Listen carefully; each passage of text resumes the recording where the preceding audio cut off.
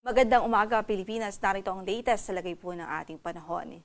Easterlies ang umiiral ngayon sa buong kapuluan. Ito po yung hangin na nanggagaling sa dagat Pasipiko. At sa kasalukuyan dala po nito ang warmer temperature o mas mainit na temperatura kumpara sa mga nakalipas na weeks or mga nakalipas na araw. At bukod po diyan, itong easterlies pwede po yung magdulot ng mga series of thunderstorms sa ilang bahagi ng ating kapuluan.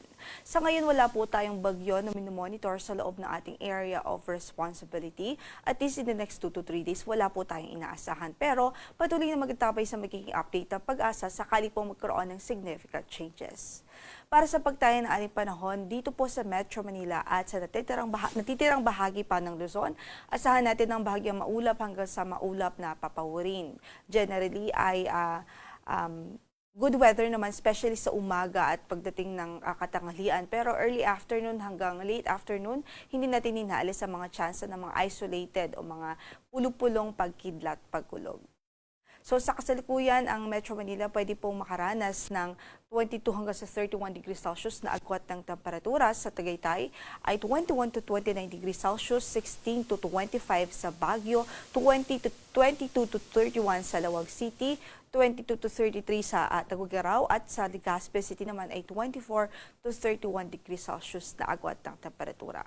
Samantala dito naman sa Northern Mindanao, Caraga Region, sa Davao Oriental at sa Zamboanga del Norte, asahan natin ang maulap na papawirin at mataas ang tsansa ng halos maghapong pag-ulan dyan o pagbuhos ng ulan dulot ng easterlies. Kaya sa mga kababayan natin doon, pinag-iingat natin sila at magdala ho ng payong saan man ang lakad natin sa araw na ito. Sa natitirang bahagi pa ng Mindanao at maging sa Kabisayaan ay bahagyang maulap hanggang sa maulap ang papawirin. Generally, good weather naman maliban po sa mga dagli ang pagbuhos ng ulan, especially sa hapon at gabi.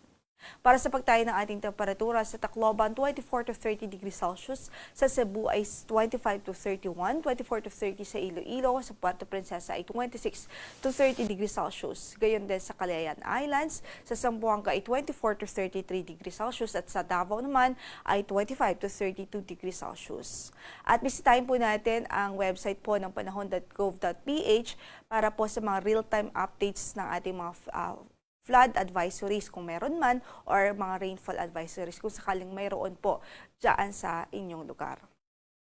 Samantala, wala po tayong gale warning na nakataas ngayon sa anumang bahagi ng ating mga baybaying dagat. Banayad hanggang sa katamtaman na magiging pag-alo ng kondisyon ng ating karagatan sa buong kapuluan. Samantala, ang sunrise natin for today is 6:15 in the morning at mamaya ang lulubog ang araw sa ganap na 6:03 ng gabi. Ito po si Lori de la Cruz Galicia. Magandang araw po.